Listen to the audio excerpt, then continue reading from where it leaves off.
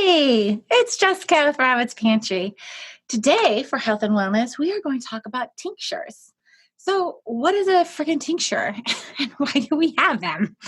So, the cool thing about a tincture is it's a concentrate. So, it makes it easier to use and it's super easy. So, the reason you would have a tincture is for certain herbs or blends that you know you're going to use often, and you just need it really quick, really concentrated and strong, and just move on your day, right? So, if you don't have that time to sit and sip the tea, or it's for like a migraine or a headache, things like that, that you want fast results from, this might be a good option for you.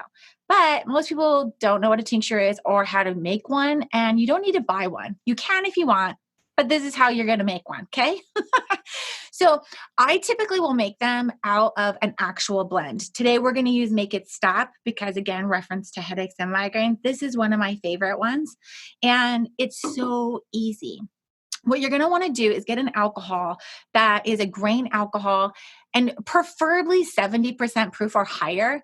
And then that's kind of it. It's that simple. So oddly enough, yeah, it's the cheap alcohol. You can use glycerin as well. But if you do use glycerin, make sure it's a food safe glycerin because there's different types. I don't usually use glycerin because it's just easy to pick up alcohol when you're at the store anyways. So once we do this, you want to have it sit for 6 to 8 weeks, and you can top it off as need be. But this is all you have to do. My gosh, I'm just going to smell it because I love this tea. Okay.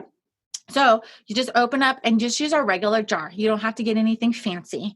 And then what you're going to do, and you can use any jar, you're just going to take your alcohol and pour it in here. And it's going to take a lot of alcohol.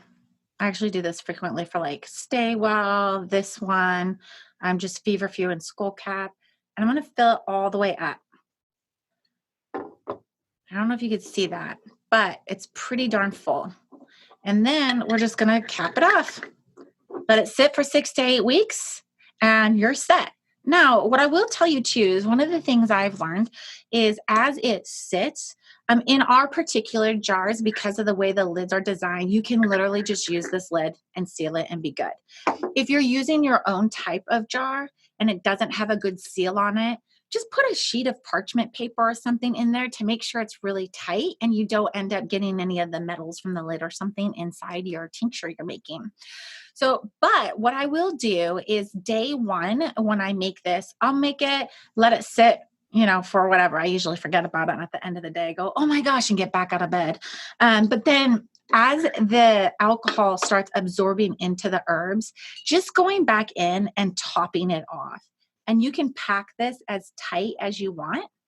But once you top it off, it's pretty full. And then you just kind of keep sitting and letting it do its thing. So after about 6 to 8 weeks, what do you do then? There's a couple options. Usually what you're going to be able to do is take it and run it through some cheesecloth and then put it in like a dropper vial. And that's your own little tincture. Label it. You can carry it with you. Some of the popular herbs that we use for the tinctures are feverfew, chamomile, ginkgo, valerian, garlic, ginger, turmeric. There's so many you can use. But when you think of what you're going to use to make a tincture with, I usually recommend it to be like your go-to, right? Like I said, like I will use feverfew a lot and skull cap because of like my migraines and my twitchy stuff. And so that's a great one. Turmeric, I usually don't put in a tincture, but you totally could. And then valerian root is another good one because if you're just like, I just need to sleep, boom, valerian root, and off you go. Now, when you're talking about like how much to take, this is really going to depend on you. It's very much like the teas. Like you might be able to do 3 drops. You might need 5. You might need 2. It really just depends on what works best for you. So give it a try. Figure out what your magic amount is for you and enjoy. You can do this with all kinds of our blends and herbs. Thanks for watching. I hope this is helpful. Bye.